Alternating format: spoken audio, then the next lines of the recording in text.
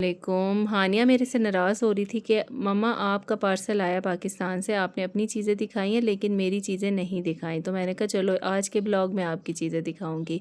ये हानिया के लिए उसकी खाला ने भेजी हैं चीज़ें, देखें क्या क्या भेजा है। और मैं नाराज़ हो रही थी उससे कि तुमने क्यों भेजी हैं, तो उसने बोला तुम ज़्यादा स्ट्रिक्ट मॉम ना बनो ना, बच्चों को इंजॉय करने दो, जैसा उनका दिल करे उनको वैसे ही यूज़ करने दो। मेकअप करने का दिल करता है तो मेकअप करने दो, लेकिन सिर्फ घर में, बाहर नहीं अलाओ, ठीक है।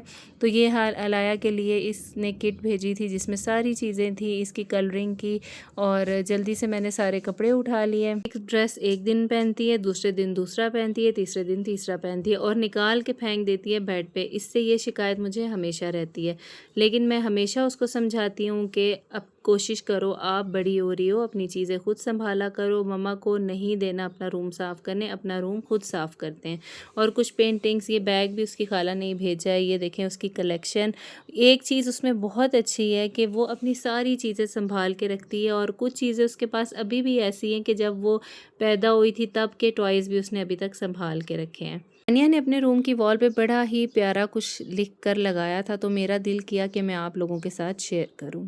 जी, पढ़ते हैं क्या पोइट्री हानिया ने लिखी है। ये सफ़ेद कागज़ गवाह है मेरा, हर लफ्ज़ में छुपा है एक नया सवेरा, गिर कर भी उठना सीखा है, अपने इरादों से आसमां छूना सीखा है। बहुत पसंद आई ये पोइट्री। पता नहीं अब उसने अपने दिमाग से लिखी है, किसी बुक से लिखी है, लेकिन अच्छी बात लिखी थी, तो मैंने आप लोगों के साथ भी शेयर। तो आते हैं अब नीचे। इसका रूम मैंने सेट कर लिया था। हानिया का सारा मैस क्रिएट जो हुआ था, हमें जाना था सोपोर। मेरी सास आई हैं, जैसा कि आप सबको पता है मेरे पास हैं आजकल, तो उनको डॉक्टर के पास लेके जाना था। तो रास्ते में बहुत ही अच्छी फ़िश फ्रेश थी, वो पहले मैंने ले ली। इसको पता नहीं क्या जगह को कहते हैं, संगरी पेट बोलते हैं कश्मीरी पे, वहाँ से ही हमने लिए। उसके बाद एक रास्ते में रिज़ॉर्ट आया, हमने सोचा वहाँ थोड़ा स्टे करते हैं। पहली बार आज मैं इस रिज़ॉर्ट में गई हूँ। मोजी बाबा दोनों थे हमारे साथ, उनको भी लेकर गए, तो इसी बहाने उनको हमने घुमाया कि वो भी थोड़ा सा फ्रेश हो जाएंगे, इंजॉय करेंगे।